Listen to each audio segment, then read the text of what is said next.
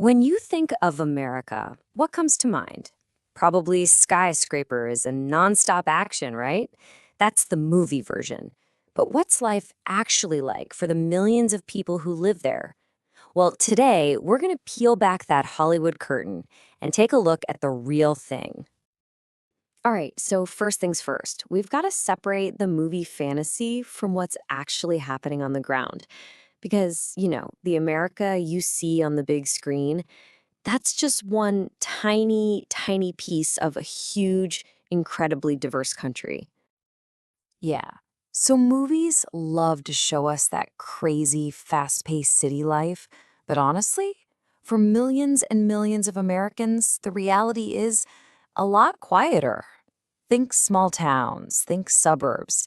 Life is more about things like family barbecues and a much more relaxed kind of outdoor lifestyle.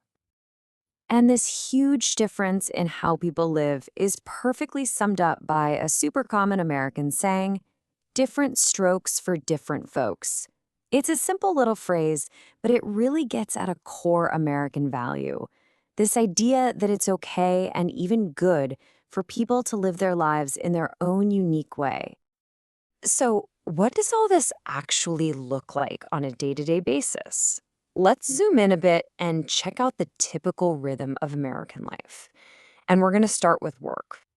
You've probably heard the term 9 to 5, right?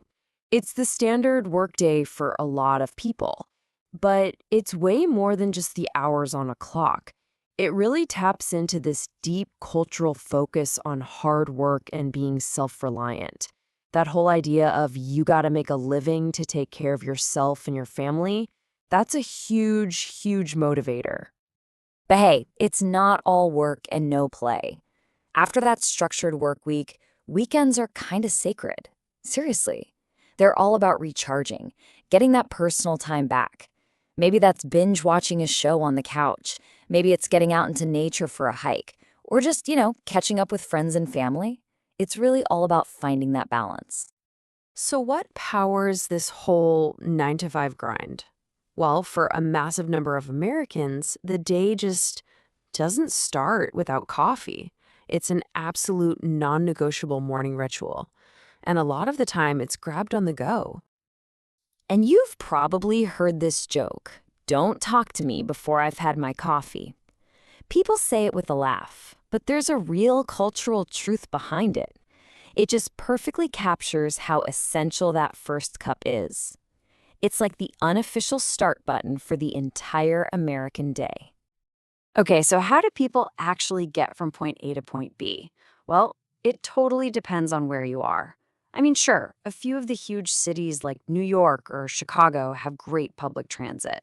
But for pretty much the rest of the country, life is completely built around the car. Driving isn't just a nice to have, it's a necessity. And for many, it's also a big symbol of freedom. And this love affair with the car goes way beyond just the daily commute.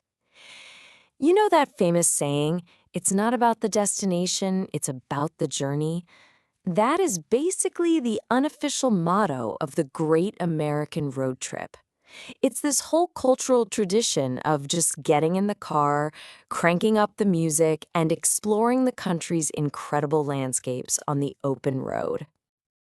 All right, so we've covered the daily rhythm.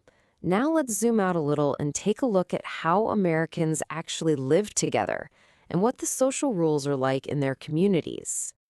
Generally, you can kind of break it down into two main settings. First, you've got city life. Think smaller apartments, but the trade-off is that everything you need is right there.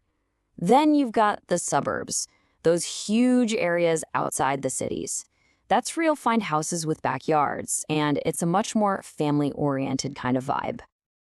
Now, the social dynamic is interesting.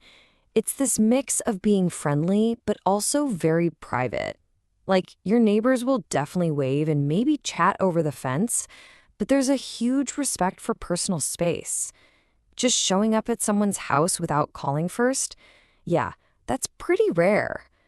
Privacy is a really big deal.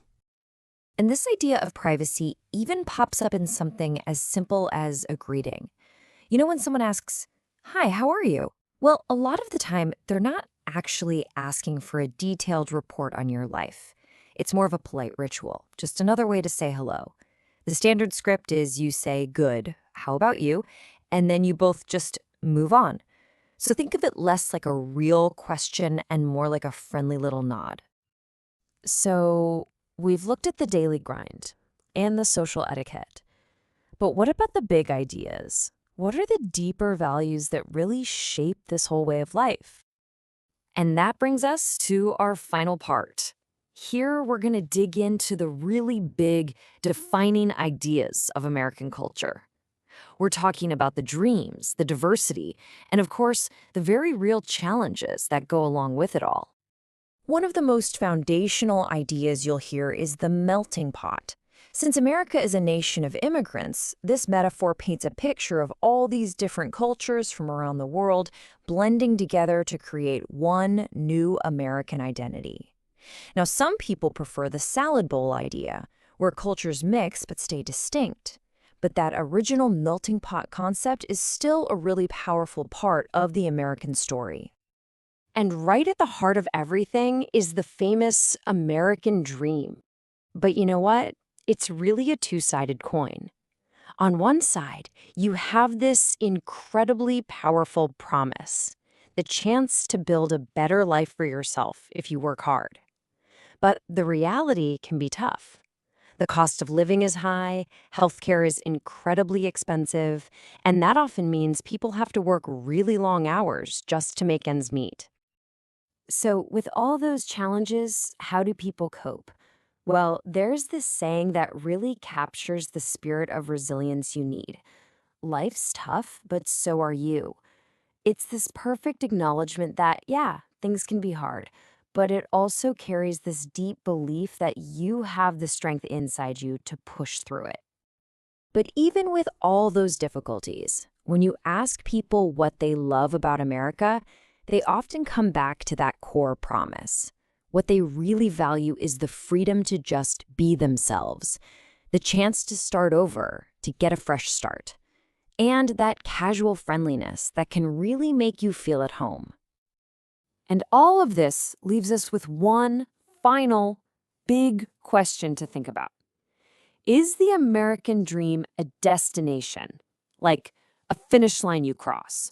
Or is the dream actually found in the journey itself? You know, in the daily struggle, the striving, the adapting, all the things you do to navigate this complicated, fascinating reality.